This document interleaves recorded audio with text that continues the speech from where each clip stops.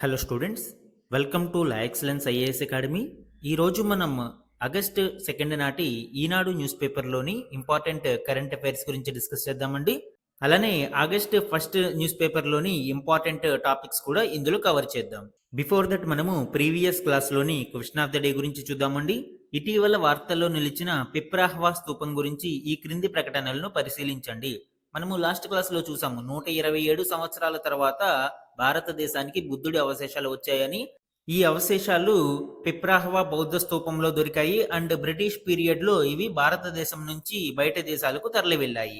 And 127 ఏళ్ల తర్వాత ఇప్పుడు ఈ పిప్రాహ్వా బౌద్ధ స్తూపంలో దొరికిన బుద్ధుని అవశేషాలు తిరిగి భారతదేశానికి రప్పించడం జరిగింది. సో ఆ కంటెక్స్ట్ లో ఈ క్వశ్చన్ ని ఫ్రేమ్ చేయడం జరిగింది. ఇక్కడ రెండు స్టేట్మెంట్స్ ని ఇచ్చాను, వన్ బై వన్ చూద్దాం. స్టేట్మెంట్ 1 చూడండి. బుద్ధుని అంతిమ సంస్కారాల తర్వాత ఆయన అవశేషాలను కలిగి ఉన్న 8 స్తూపాలలో ఇది ఒకటి. ఎస్, ఈ స్టేట్మెంట్ కరెక్ట్ అండి. గౌతమ బుద్ధుడు తన 80వ ఏట కుషీనగర్, ప్రస్తుతం ఇది యూపీలో ఉంది, ఈ కుషీనగర్లో గౌతమ బుద్ధుని యొక్క అంతిమ సంస్కారాలని చేసిన తర్వాత ఆయన యొక్క అస్థి అవశేషాలను 8 భాగాలుగా విభజించారు. అందులో మగధ పాలకులు మరియు లిచ్చావి పాలకులు, శాక్య వంశస్థులు, ఇలాగా 8 వంశస్థులు, 8 రాజ్యాలు ఈ అవశేషాలను పంచుకున్నాయి. ఇందులో కపిలవస్తుకు చెందిన శాక్య వంశస్థులు గౌతమ బుద్ధుని యొక్క అవశేషాలను మరియు ఆయన ఉపయోగించిన కొన్ని వస్తువులను పిప్రాహ్వా బౌద్ధ స్తూపంలో భద్రపరచడం జరిగింది. అండ్ తదుపరి బ్రిటిష్ పీరియడ్ లో ఇవి వెలికి తీయడం, తర్వాత ఇవి వివిధ దేశాలకి తరలి వెళ్ళడం మనం చూసాము. అండ్ 127 ఇయర్స్ తర్వాత ఇవి తిరిగి భారతదేశానికి వచ్చాయి.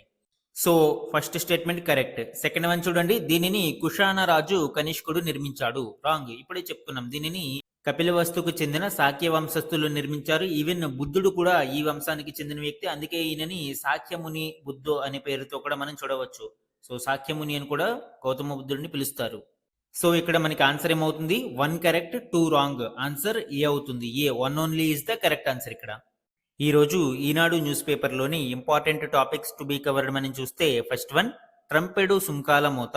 ఈ ఆర్టికల్ ఇటీవల భారతదేశం మీద డొనాల్డ్ ట్రంప్ విధించిన 25% సుంకాల గురించి అండ్ భవిష్యత్తులో దీని యొక్క ప్రభావం గురించి వివరించడం జరిగింది. ఇది మనకి ఎకానమీలో ఇంపార్టెంట్. సెకండ్ వన్, F-35 కొనుగోలు ఒప్పందానికి భారత్ బ్రేకులు.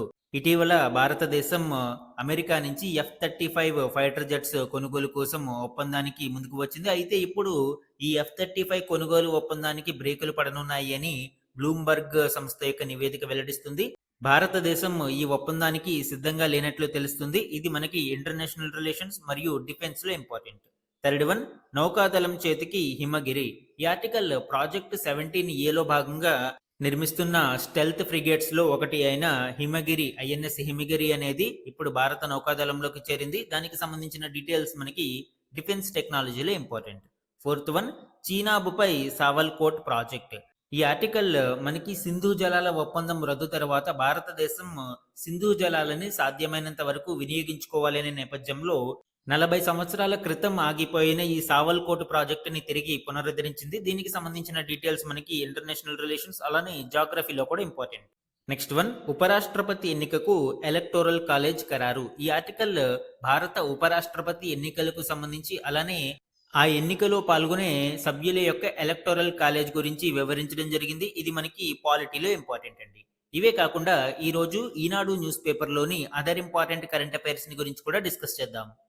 ఈ రోజు మన ఫస్ట్ ఆర్టికల్ చూడండి. ట్రంపెడు సుంకాల మూత, ఒక్కో దేశానికి ఒక్కో విధంగా అమెరికా వడ్డింపు, ఈ నెల నుంచి అమల్లోకి. భారత్ సహా 70 దేశాల్లో కలకలం. సిరియాపై అత్యధికంగా 41%, పాకిస్తాన్కు మాత్రం తగ్గింపు. ఇటీవల కాలంలో డొనాల్డ్ ట్రంప్ కొన్ని విచిత్ర నిర్ణయాలు తీసుకుంటూ ఉన్నారు. ముఖ్యంగా ఇండో పాక్ రిలేషన్స్ లో ఆయన వేలుపెడుతూ భారత్కి అధిక సుంకాలను విధిస్తూ పాకిస్తాన్ వైపు దగ్గర అవుతూ ఉండడం చూస్తూ ఉన్నాము. ఇటీవల భారతదేశం మీద 25% టారిఫ్లను విధించిన ఆయన రష్యాతో వాణిజ్యం కారణంగా మరిన్ని పెనాల్టీలు విధిస్తామని ఇదివరకు హెచ్చరించిన ఆయన తాజా ఉత్తర్వులలో మాత్రం వాటి గురించి ప్రస్తావించలేదు. అలానే పాకిస్తాన్కి మాత్రం తొలుత ప్రకటించిన దానికంటే కూడా తక్కువ సుంకాలను విధించడం మనం ఇక్కడ చూడవచ్చు. తొలుత పాకిస్తాన్కు 29% సుంకాలను విధించగా ఇప్పుడు అందులో 10% తగ్గించి 19% సుంకాలను ఫిక్స్ చేయడం జరిగింది. వివిధ దేశాల మీద అమెరికా అధ్యక్షుడి యొక్క లేటెస్ట్ టారిఫ్స్ యొక్క డీటెయిల్స్ చూస్తే బ్రిటన్ మీద 15%, యూరోపియన్ యూనియన్ మీద 0-15%, పాకిస్తాన్ మీద 19%, భారత్ మీద 25%, జపాన్ మీద 15%, ఇరాక్ 35%, వియత్నాం 20%, మయన్మార్ 40%, అలానే అత్యధికంగా బ్రెజిల్ మీద 50% చూడవచ్చు. అండ్ సిరియా మీద 41% సుంకాలను కూడా మనం ఇక్కడ చూడవచ్చు. ఈ కొత్త సుంకాలన్నీ కూడా ఆగస్టు 7వ తారీఖు నుంచి అమలులోకి రానున్నాయండి. And one more interesting news ఇక్కడ చూస్తే, ట్రంప్‌నకు నోబెల్ బహుమతి ఇవ్వాలి అని శ్వేత సౌధం ఇక్కడ ప్రకటించడం చూడవచ్చు. ట్రంప్‌నకు ఇప్పటికే నోబెల్ బహుమతి రావాలి అని ఆయన నెలకు సగటున 1 చొప్పున ఇరు దేశాల మధ్య శాంతి ఒప్పందాలను కుదురుస్తున్నారు అని శ్వేత సౌధం అధికార ప్రతినిధులు వెల్లడించారు. అయితే ఇందులో ఎంతవరకు జెన్యూనిటీ ఉంది అనేది మనకి తెలుసు. ఎందుకంటే ఇండో పాకిస్తాన్ యుద్ధాన్ని కూడా నేనే ఆపాను అని ఆయన క్రెడిట్స్ తీసుకోవడం అని చూస్తూ ఉన్నాం. ఈవెన్ భారత ప్రధాని నరేంద్ర మోదీ గారు కూడా ఇండో పాక్ విషయంలో థర్డ్ పార్టీ ప్రమేయం ఏమీ లేదు అని, ఇరు దేశాలు చర్చించుకుని యుద్ధ విరమణ చేశాయని మోదీ గారు పేర్కొన్నా కూడా, డొనాల్డ్ ట్రంప్ చాలా సార్లు భారత్ పాకిస్తాన్ యుద్ధాన్ని తానే ఆపానని చెప్పుకుంటూ ఉన్నారు. సో ఈ నేపథ్యంలో ట్రంప్కి నోబెల్ బహుమతి వస్తుందా రాదా అనేది చూడాలి. మన నెక్స్ట్ ఆర్టికల్ చూడండి, ట్రంప్ రాజేస్తున్న అనిశ్చితి జ్వాలలు. ఈ ఆర్టికల్ ఇటీవల డొనాల్డ్ ట్రంప్ అనుసరిస్తున్న ప్రొటెక్షనిస్ట్ పాలసీ, అలానే టారిఫ్ వార్ గురించి వివరించడం జరిగింది. అండ్ ఇండియా మీద దీని ప్రభావం ఎంత ఉండబోతుంది అంటే, ఇటీవల 25% సుంకాలని విధించడం జరిగింది. వీటి ప్రభావం ఎలా ఉంటుంది, ముఖ్యంగా అగ్రికల్చర్ సెక్టార్లో వీటి ప్రభావం అండ్ దీని మీద భారతదేశం అనుసరించాల్సిన వ్యూహం గురించి వివరించడం జరిగింది. అండ్ వీటితో పాటు other issues including BRICS problem, ఎందుకు డొనాల్డ్ ట్రంప్ బ్రిక్స్ దేశాల మీద పగబట్టాడు, సో ఇవన్నీ కూడా మనం ఇక్కడ చూద్దాం. డొనాల్డ్ ట్రంప్ అనుసరిస్తున్న ఈ రిటాలియేటరీ టారిఫ్స్ అంటే ప్రతీకార సుంకాల కారణంగా గ్లోబల్ ట్రేడ్ అనేది అస్తవ్యస్తమవుతుంది అండి. ముఖ్యంగా ఇటీవల భారతదేశం మీద ఆయన 25% సుంకాలను విధించనున్నట్లు స్పష్టం చేశారు. దీనితో పాటు రష్యాతో వాణిజ్యం చేస్తే మరింత జరిమానా కూడా ఎదుర్కోవాల్సి ఉంటుందని కూడా హెచ్చరించారు. ఇది ఇలా ఉంటే, ఒకవైపు భారతదేశంతో ఆయన కయ్యానికి కాలు దువ్వుతూ మరొక వైపు పాకిస్తాన్ని చేరదీయడం చూడవచ్చు. పాకిస్తాన్కి ఇది వరకు 29% సుంకాలను విధిస్తే ఇప్పుడు దానిని 19%కి తగ్గించారు. అలానే పాకిస్తాన్లోని చమురు నిల్వలను వెలికి తీసేందుకు ఒక ఒప్పందం కూడా కుదుర్చుకోవడం చూసాము. అండ్ భవిష్యత్తులో పాకిస్తాన్ భారతదేశానికి ఆయిల్ ఎగుమతి చేస్తుంది అని ఆయన వ్యంగ్యంగా కూడా చెప్పారు. సో ఇవన్నీ మనం చూస్తే ఆయన సౌత్ ఏషియాలో పవర్ ప్లేకి దారితీస్తూ ఉన్నారు. ముఖ్యంగా చైనాను అదుపులో పెట్టుకోవడం కోసం పాకిస్తాన్ను చేరదీస్తూ ఇటు భారతదేశానికి వ్యతిరేకంగా పాకిస్తాన్ని ప్రోత్సహిస్తున్నారు. ఎస్పెషల్లీ ఆయన బ్రిక్స్ కూటమి దేశాల మీద చాలా పగబట్టినట్టు మనం చూడవచ్చు. బ్రెజిల్ మీద ఏకంగా 50% సుంకాలను విధించారు. అలానే భారతదేశం మీద ఆయన 25% సుంకాలను, రష్యా మరియు చైనాల మీద కూడా భారీ సుంకాలను ఆయన విధించడం చూడవచ్చు. సో ఇవన్నీ చూస్తూ ఉంటే బ్రిక్స్ కూటమి ఎదగడం, ఎస్పెషల్లీ ఒక నూతన పవర్ బ్లాక్ గా బ్రిక్స్ కూటమి ఏర్పడుతూ ఉన్న తరుణంలో ఇది ఎదగడం డొనాల్డ్ ట్రంప్ కి ఏమాత్రం ఇష్టం లేదు అని అర్థమవుతుంది. ఇండియా మాకు మిత్రదేశం అని డొనాల్డ్ ట్రంప్ ప్రకటిస్తూనే, మరొక వైపు ఈ ఇండియా యుఎస్ ట్రేడ్ డీల్లో సమస్యల పరిష్కారానికి ముందుకు రావడం లేదు. ఎస్పెషల్లీ అగ్రి సెక్టార్ అనేది చాలా అనీవెన్ గా ఉంటుందండి. భారతదేశం యొక్క వ్యవసాయ రంగం మరియు అమెరికా యొక్క వ్యవసాయ రంగము కంపేర్ చేస్తే చాలా అనీవెన్ గా ఉంటున్న నేపథ్యంలో భారతదేశం ఈ సుంకాల నుంచి వ్యవసాయ ఉత్పత్తులను మినహాయింపు చేయాలని కోరినా కూడా సరి అయిన స్పందన రావడం లేదు. ఫర్ ఎగ్జాంపుల్, ఇండియా మరియు యుఎస్ మధ్య కొన్ని కంపారిజన్స్ చూస్తే సబ్సిడీలు యుఎస్ లో ప్రతి రైతుకు సగటున $61,286 మేర వస్తే, భారతదేశంలో ప్రతి రైతుకు కేవలం $282 మాత్రమే వస్తున్నాయి. ఎంత డిఫరెన్స్ ఉంది అనేది మనం ఇక్కడ చూడవచ్చు. అలానే వ్యవసాయ రంగంకి సంబంధించి ఎంప్లాయ్మెంట్ వాటా ఏ విధంగా ఉంది అనేది చూస్తే, ఇండియాలో అది 41%గా ఉంటే యుఎస్ లోది కేవలం 1% మాత్రమే ఉంది. అండ్ యావరేజ్ ల్యాండ్ హోల్డింగ్ కూడా చాలా వేరియేషన్ ఉంది అండి. యుఎస్ లో సగటు భూకమతాల యొక్క విస్తీర్ణం సుమారు 180 హెక్టార్ల వరకు ఉంటే, అది భారతదేశంలో కేవలం 1.08 హెక్టార్లు మాత్రమే ఉంది. సో ఇంత వేరియేషన్, ఈవెన్ ప్రొడక్టివిటీ కూడా భారతదేశంలో కంపేర్ చేస్తే యుఎస్ 3 టైమ్స్ హైయెస్ట్ ప్రొడక్షన్ ని కలిగి ఉంటుంది. సో ఇంత వేరియేషన్ ఉన్న నేపథ్యంలో ఇంత సబ్సిడీలు మరియు ప్రొడక్టివిటీ ఉన్న యుఎస్ ప్రొడక్ట్లు భారతదేశం యొక్క మార్కెట్ ని డంప్ చేస్తే భారతదేశ రైతాంగం పూర్తిగా నష్టపోయే అవకాశం ఉంది. అందుకే భారతదేశం ఈ వ్యవసాయ రంగాన్ని మినహాయింపు చేయాలని కోరినా కూడా అమెరికా నుండి సరి అయిన స్పందన మాత్రం లభించడం లేదు. ఒకవేళ అమెరికా చెప్పినట్టే ఈ ఇండియా యుఎస్ ట్రేడ్ డీల్ జరిగితే వ్యవసాయ రంగం తీవ్రంగా దెబ్బతినే ప్రమాదం ఉంది. అండ్ 8 కోట్ల మంది పాడి రైతులతో కలిపి సుమారు 70 కోట్ల మంది యొక్క గ్రామీణ ప్రాంత జనజీవితాలు దెబ్బతింటాయి. అయితే ఈ సమస్య యొక్క పరిష్కారం ఏంటి అనేది చూస్తే ప్రతి దేశంని కలుపుకుంటూ వెళ్ళి యుఎస్ యొక్క ఒంటెద్దు పోకడలని మనము నిలువరించగలిగినప్పుడు మాత్రమే ఈ సమస్యకు పరిష్కారం లభిస్తుంది. ప్రతి దేశం స్వేచ్ఛాయుత వాతావరణంలో వాణిజ్యం చేసుకునే అవకాశం ఉండడం వలన కారణంగా 1950 నుంచి 2014 మధ్య కాలంలో ప్రపంచ వర్తక పరిమాణం 4500% పెరిగింది. ఇలాగా ఇప్పుడు ఈ స్వేచ్ఛాయుత వాతావరణాన్ని భంగం కలిగిస్తూ యుఎస్ చేస్తున్న ఈ టారిఫ్ వార్ కారణంగా అటు యుఎస్ నష్టపోవడమే కాకుండా ఇటు సప్లై చైన్స్ దెబ్బతిని ప్రపంచ వాణిజ్యం అనేది అస్తవ్యస్తమయ్యే అవకాశం ఉంది. కాబట్టి ప్రపంచ దేశాలన్నీ ఈ సమయంలో ఏకతాటి మీదకి రావాల్సిన అవసరం ఎంతైనా ఉంది. మన నెక్స్ట్ ఆర్టికల్ చూడండి. F-35 కొనుగోలు ఒప్పందానికి భారత్ బ్రేకులు. సో ఈ ఆర్టికల్లో మనకి ఇటీవలి ఇండియా యుఎస్ రిలేషన్స్ ఏ విధంగా మారుతున్నాయనే దానికి ఒక నిదర్శనంగా చెప్పవచ్చు. భారతదేశం మీద అమెరికా అధ్యక్షుడు 25% సుంకాలను విధిస్తున్నట్లు నిర్ణయం తీసుకున్న నేపథ్యంలో ఇండియా ఒక కీలక నిర్ణయం తీసుకుంది. అమెరికాతో ఇటీవల కుదుర్చుకున్న రక్షణ రంగాల ఒప్పందం ఆమోదం విషయంలో ముందుకు వెళ్లాలనుకోవడం లేదు అని అంతర్జాతీయ మీడియా సంస్థ అయిన బ్లూంబర్గ్ ఒక కథనంలో వెల్లడించింది. ముఖ్యంగా F-35 యుద్ధ విమానాల ఒప్పందంలో భారతదేశం ముందుకు వెళ్లాలనుకోవడం లేదు అని ఈ కథనం పేర్కొంటుంది. F-35 యుద్ధ విమానాల కొనుగోలుపై ఆసక్తి లేదు అని అమెరికా అధికారులకు భారత్ చెప్పినట్లు తెలిపింది. అట్ ది సేమ్ టైమ్ 5వ తరం యుద్ధ విమానాల కోసం ఇప్పుడు భారతదేశం రష్యా యొక్క Su-57E యుద్ధ విమానాల మీద భారతదేశం ఆసక్తి కనబరుస్తుంది. సో అమెరికా యొక్క ఈ ప్రతీకార సుంకాలకి ప్రతీకారంగా వివిధ దేశాలు తగిన మెజర్స్ ని తీసుకుంటున్నాయి. అందులో భాగంగానే ఇప్పుడు భారతదేశం ట్రేడ్ డీల్స్ అలానే రక్షణ రంగ డీల్స్ ని ఇక్కడ రద్దు చేసుకోవడం చూడవచ్చు. ముఖ్యంగా ఇండియా మరియు రష్యా యొక్క time tested and all weather friendship అనేది మరింత దృఢం కానుంది. మన నెక్స్ట్ ఆర్టికల్ చూడండి. నౌకాదళం చేతికి హిమగిరి. ఈ ఆర్టికల్ ఐఎన్ఎస్ హిమగిరి ఇటీవల ఇండియన్ నేవీలోకి కమిషన్ చేయబడింది. ఆ కంటెక్స్ట్ లో దీనికి సంబంధించిన హైలైట్స్ ఇప్పుడు చూద్దాం. ఈ ఐఎన్ఎస్ హిమగిరి అనేది ప్రాజెక్ట్ 17A కింద రూపొందించబడింది అండి. ఇవి stealth guided missile frigates. Already ఇప్పటికే ఐఎన్ఎస్ నీలగిరి మరియు ఐఎన్ఎస్ ఉదయగిరి ఈ ప్రాజెక్ట్ 17Aలో భాగంగా భారత నౌకాదళంలోకి చేరాయి.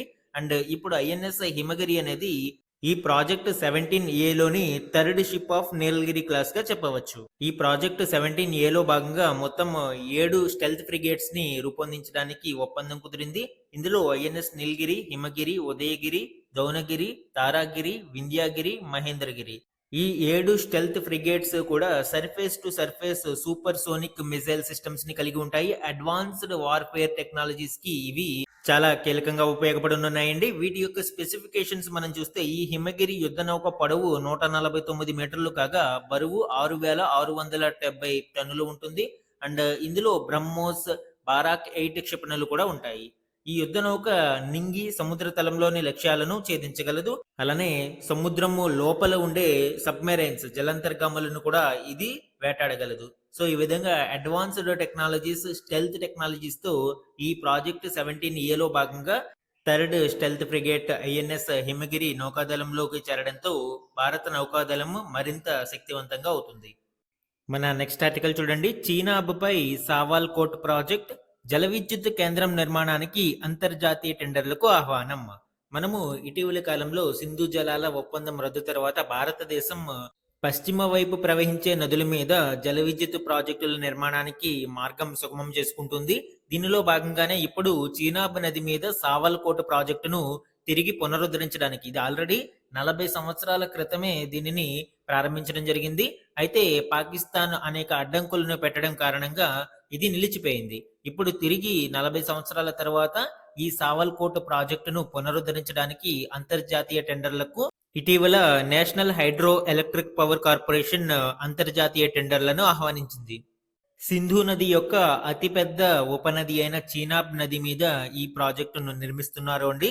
రాంబన్ డిస్ట్రిక్ట్ సింధు విలేజ్ లో నిర్మించడం జరుగుతుంది. దీని యొక్క టోటల్ కెపాసిటీ వచ్చి 1856 మెగావాట్స్ సామర్థ్యం ఈ సావల్కోట్ హైడ్రో ఎలక్ట్రిక్ ప్రాజెక్ట్ కి ఉంది. ఈ ప్రాజెక్టు కొరకు సుమారు 22,704 కోట్ల రూపాయలు ఖర్చు కానుందని ఒక అంచనా. అలానే దీనికోసం సుమారు 847 హెక్టార్ల ఫారెస్ట్ ల్యాండ్‌ని డైవర్ట్ చేయాల్సిన అవసరం ఉంది. సింధు జలాల ఒప్పందం కారణంగా ఇప్పటి వరకు పాకిస్తాన్ ఈ ప్రాజెక్టులను అడ్డగిస్తూ వచ్చింది. అయితే ఈ ఒప్పందం నుంచి భారత్ వైదొలిగిన కారణంగా ఇప్పుడు పాకిస్తాన్ దీనిని అడ్డగించడానికి అవకాశం లేదు. అలానే ఇటీవల తుల్బుల్ ప్రాజెక్టును కూడా భారతదేశం ప్రారంభించింది. ఇది జీలం రివర్ మీద ఊలార్ లేక్ దగ్గరలో దీనిని ప్రారంభిస్తున్నారు. మన నెక్స్ట్ ఆర్టికల్ చూడండి. ఉపరాష్ట్రపతి ఎన్నికకు ఎలక్టోరల్ కాలేజ్ ఖరారు. ఈ ఆర్టికల్ ఇటీవల భారత మాజీ ఉపరాష్ట్రపతి జగదీప్ ధన్కర్ గారు రాజీనామా నేపథ్యంలో మనము చాలా డీటెయిల్స్ ఈ ఉపరాష్ట్రపతి ఎన్నికకు సంబంధించి చూసాము. ఉపరాష్ట్రపతి ఎన్నికను ఎవరు నిర్వహిస్తారు అండ్ దానికి సంబంధించిన ఎలక్టోరల్ కాలేజీలో ఎవరెవరు సభ్యులుగా ఉంటారు, ఉపరాష్ట్రపతి రాజీనామా ప్రక్రియ ఎలా ఉంటుంది, అలానే తొలగింపు ప్రక్రియ ఏ విధంగా ఉంటుంది, ఇవన్నీ కూడా మనము లాస్ట్ క్లాసెస్ లో డిస్కస్ చేసాము. కాబట్టి మేజర్ డీటెయిల్స్ ని ఇంకా టచ్ చేయట్లేదు అండి. And some important electoral college process గురించి ఇక్కడ చూద్దాం. మనకి ఉపరాష్ట్రపతి వేకెన్సీ నేపథ్యంలో ఇంత టైం లోపు తిరిగి ఎన్నిక నిర్వహించాలి అని రాజ్యాంగంలో మెన్షన్ చేయలేదు. అదే ప్రెసిడెంట్ కి అయితే 6 నెలల లోపు మెన్షన్ చేసి ఉంటుంది. అయితే ఉపరాష్ట్రపతి ప్రక్రియకి సంబంధించి ఏ విధమైన మెన్షన్ చేయలేదు. యాజ్ సూన్ యాజ్ పాసిబుల్ అని మాత్రమే ఉంటుంది. అంటే వీలైనంత త్వరగా ఉపరాష్ట్రపతి ఎన్నిక నిర్వహించాలి అని ఉంటుంది. And one more thing, president పదవికి వేకెన్సీ ఉన్నప్పుడు ఉపరాష్ట్రపతి ఆ బాధ్యతలను నిర్వహిస్తారు. అయితే ఉపరాష్ట్రపతి ఖాళీగా ఉన్నప్పుడు ఆ ప్రొవిజన్ లేదు. అంటే యాక్టింగ్ వైస్ ప్రెసిడెంట్ అనే ప్రొవిజన్ లేదు. సో ఈ నేపథ్యంలో వీలైనంత త్వరగా ఎన్నికలు నిర్వహించాల్సిన అవసరం ఉంది. అండ్ ఉపరాష్ట్రపతి రాజ్యసభకు ఎక్స్ అఫిషియో చైర్మన్ కూడా. అయితే ఉపరాష్ట్రపతి పదవి ఖాళీగా ఉన్న సమయంలో రాజ్యసభ యొక్క డిప్యూటీ చైర్మన్ ఇక్కడ చైర్మన్ గా వ్యవహరిస్తారు. బట్ ఆయన ఉపరాష్ట్రపతిగా మాత్రం వ్యవహరించరు. అది గుర్తుపెట్టుకోవాలి. ఉపరాష్ట్రపతి ఎలక్టోరల్ కాలేజ్ ని మనం ఇక్కడ చూసినప్పుడు ఎలక్టోరల్ కాలేజ్ మెంబర్స్ ఎవరెవరు ఉంటారండి? Both houses of parliament including nominated members. ఇక్కడ ఉభయ సభలకి సంబంధించి ఎలక్టెడ్ మరియు నామినేటెడ్ సభ్యులు కూడా ఈ ఎలక్టోరల్ కాలేజ్ లో భాగంగా ఉంటారు. అండ్ ఇంపార్టెంట్ పాయింట్ ఏంటి అంటే స్టేట్ లెజిస్లేచర్స్ ఈ ఎన్నికలలో భాగస్వామ్యం అవ్వండి. ప్రెసిడెంట్ ఎలక్షన్ లో అయితే స్టేట్ లెజిస్లేటివ్ ఎమ్మెల్యేస్ ఎవరైతే ఉన్నారో వాళ్ళు ఇక్కడ ఎలక్టోరల్ కాలేజ్ లో భాగంగా ఉంటారు. కానీ నామినేటెడ్ సభ్యులు ఎవరు కూడా ఎన్నికల ప్రక్రియలో ప్రెసిడెంట్ కి సంబంధించి పాల్గొనరు. కానీ వైస్ ప్రెసిడెంట్ విషయంలో నామినేటెడ్ మెంబర్స్ ఎలక్టోరల్ కాలేజ్ లో భాగంగా ఉంటే స్టేట్ లెజిస్లేటివ్ నుంచి ఎమ్మెల్యేస్ మాత్రం భాగస్వామిగా ఉండరు. ఓటింగ్ ప్రక్రియ ఏ విధంగా ఉంటుంది అండి? ఎలక్షన్ మనకి సీక్రెట్ బ్యాలెట్ పద్ధతిలో కండక్ట్ చేయబడుతుంది. And proportional representation by means of a single transferable vote. ఎన్నికల ప్రక్రియ అనేది ప్రెసిడెంట్ ఎన్నికల ప్రక్రియ ఏ విధంగా జరుగుతుందో అదే విధంగా జరుగుతుంది.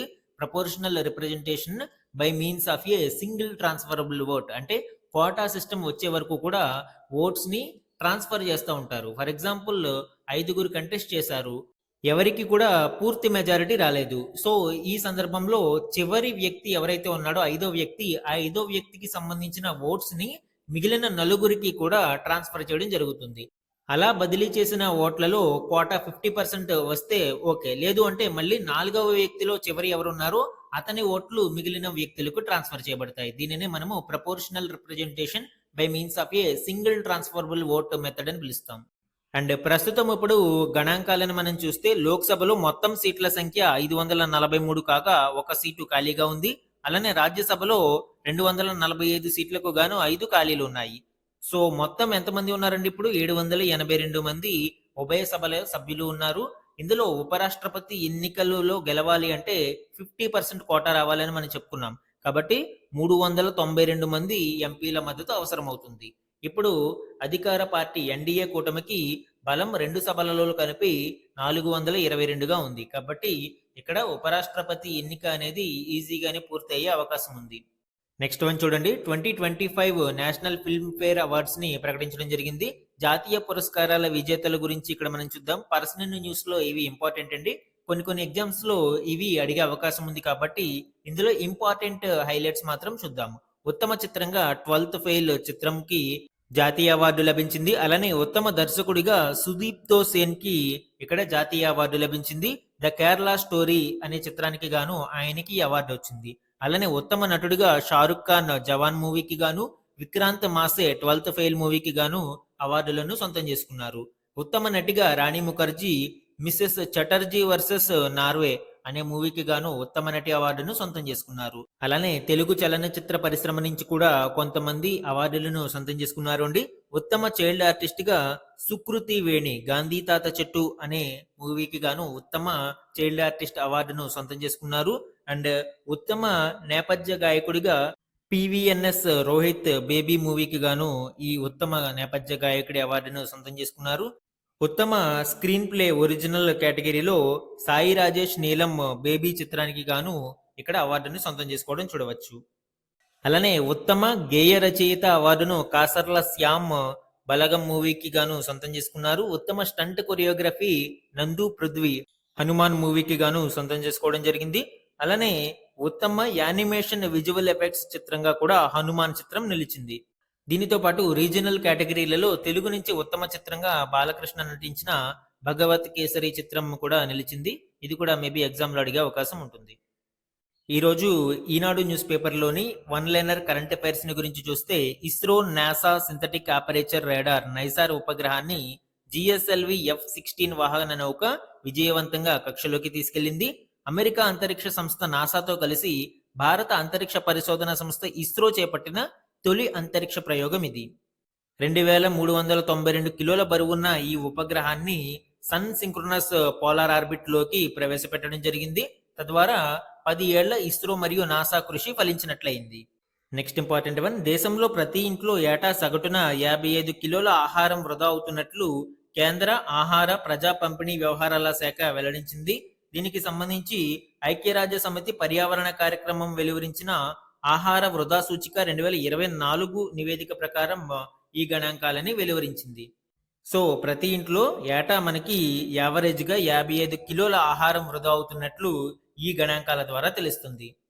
నెక్స్ట్ ఇంపార్టెంట్ వన్, ముఖేష్ అంబానీకి చెందిన రిలయన్స్ ఇండస్ట్రీస్ 2025 ఫార్చ్యూన్ గ్లోబల్ 500 జాబితాలో అత్యుత్తమ భారతీయ కంపెనీగా నిలిచింది. అండ్ అంతర్జాతీయంగా చూస్తే 88వ ర్యాంకు పొందింది. సో వరల్డ్ వైడ్ 88వ ర్యాంకులో ఉన్నది మనకి ఇండియా వైడ్ ఫస్ట్ ర్యాంకులో మనం చూడవచ్చు. గ్లోబల్ ఫార్చ్యూన్ 500 కంపెనీస్ లో రిలయన్స్ ఇండస్ట్రీస్ భారతదేశం నుంచి మొదటి స్థానంలో నిలిచింది. అలానే ఈ జాబితాలో అగ్రస్థానంలో అమెరికా రిటైల్ దిగ్గజం వాల్మార్ట్ ఉంది. ఆ తర్వాతి స్థానంలో అమెజాన్ నిలిచింది. సో గ్లోబల్ ఫార్చ్యూన్ 500 కంపెనీస్ లో టాప్ కంపెనీగా వాల్మార్ట్ ఉంటే సెకండ్ ప్లేస్ లో అమెజాన్ సంస్థ ఉంది. ఇండియా నుంచి మొదటి స్థానంలో ఉన్న రిలయన్స్ ఇక్కడ 88వ స్థానంలో ఉంది. అండ్ ఈ రోజు క్వశ్చన్ ఆఫ్ ద డే గురించి చూడండి. భారత ఉపరాష్ట్రపతి పదవి ఖాళీగా ఉన్నప్పుడు తాత్కాలిక ఉపరాష్ట్రపతిగా ఎవరు వ్యవహరిస్తారు? సో యాక్టింగ్ వైస్ ప్రెసిడెంట్ గా ఎవరు వ్యవహరిస్తారు అనేది ఇక్కడ క్వశ్చన్ అడగడం జరిగింది. ఇక్కడ 4 ఆప్షన్స్ ని ఇవ్వడం జరిగింది అండి. ఇందులో కరెక్ట్ ఆప్షన్ ని ఐడెంటిఫై చేసి ఆన్సర్ ని కమెంట్ సెక్షన్ లో కమెంట్ చేయండి. ఇది ఈ రోజు ఈనాడు న్యూస్ పేపర్లోని ఇంపార్టెంట్ కరెంట్ అఫైర్స్ మీద daily analysis. Thank you for watching.